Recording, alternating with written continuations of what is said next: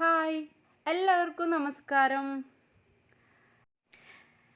അപ്പോൾ ഞാൻ ഇന്നൊരു ഇഞ്ചിക്കറിയുമായിട്ടാണ് വന്നിട്ടുള്ളത്. ഒരു കഷ്ണം ഇഞ്ചി ഉണ്ടായാലും നമുക്ക് നല്ല ടേസ്റ്റുള്ള ഒരു കറി ഉണ്ടാക്കാമെന്ന് ഞാൻ കാണിച്ചു തരാം. അപ്പോൾ എൻ്റെ ചാനൽ നിങ്ങൾക്ക് ഇഷ്ടപ്പെടുകയാണെങ്കിൽ സബ്സ്ക്രൈബ് ചെയ്യാനും ബെല്ലൈക്കൺ അമർത്താനും മറക്കാണ്ടിരിക്കുക. അപ്പോൾ ഇഞ്ചിക്കറി ഉണ്ടാക്കാൻ എന്തൊക്കെ സാധനങ്ങൾ വേണമെന്നും എങ്ങനെയൊക്കെയാണെന്നും നമുക്ക് നോക്കാം. ഇഞ്ചി കുഞ്ഞി കഷ്ണങ്ങളായിട്ട് നുറുക്കിയെടുക്കണം. പിന്നെ കുറച്ച് പുളി നമുക്ക് വെള്ളത്തിൽ കുതിർത്തിടണം. മല്ലിച്ചപ്പ്, ഒരു പാനിൽ കുറച്ച് ഉലുവയും കുറച്ച് കടുകും നമുക്ക് വറുത്ത് പൊടിച്ച് വെക്കണം.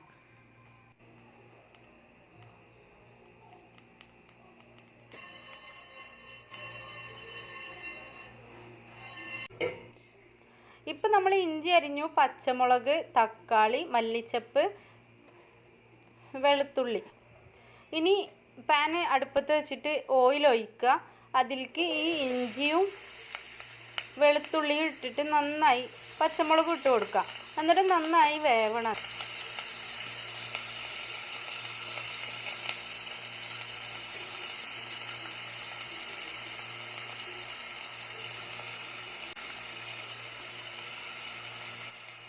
ഇനി ചെറുതായിട്ടൊന്ന് അടച്ചു വെച്ച് വേവിച്ചെടുക്കുക.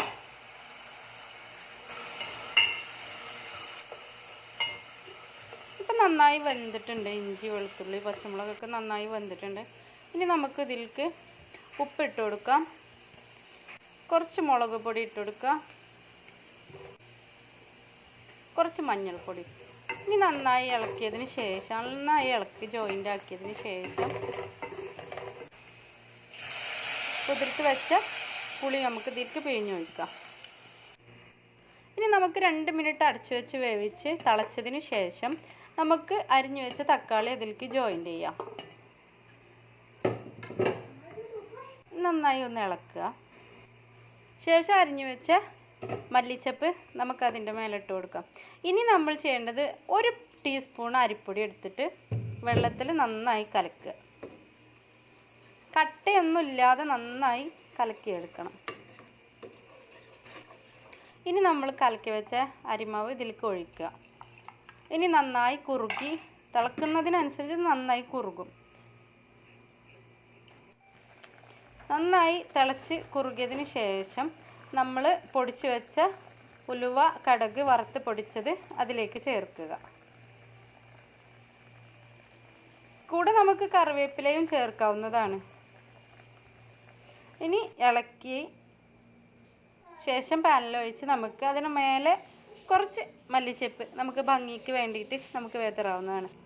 അപ്പം നമ്മുടെ വീട്ടിൽ ഒന്നും കറി വെക്കാനില്ലെങ്കിൽ ജസ്റ്റ് ഇഞ്ചി ഇട്ടിട്ട് നല്ല ടേസ്റ്റുള്ളൊരു കറി വെക്കാമെന്ന് ഇപ്പം മനസ്സിലായല്ലോ.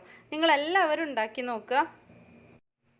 അപ്പോൾ എല്ലാവർക്കും ഇത് ഇഷ്ടമായി എന്ന് വിചാരിക്കണം. നിങ്ങളെല്ലാവരും എൻ്റെ ചാനൽ സബ്സ്ക്രൈബ് ചെയ്യണം, ബെല്ലൈക്കൺ അമർത്തണം, സപ്പോർട്ട് ചെയ്യണം. അപ്പോൾ വീണ്ടും കാണും വരെ താങ്ക് യു.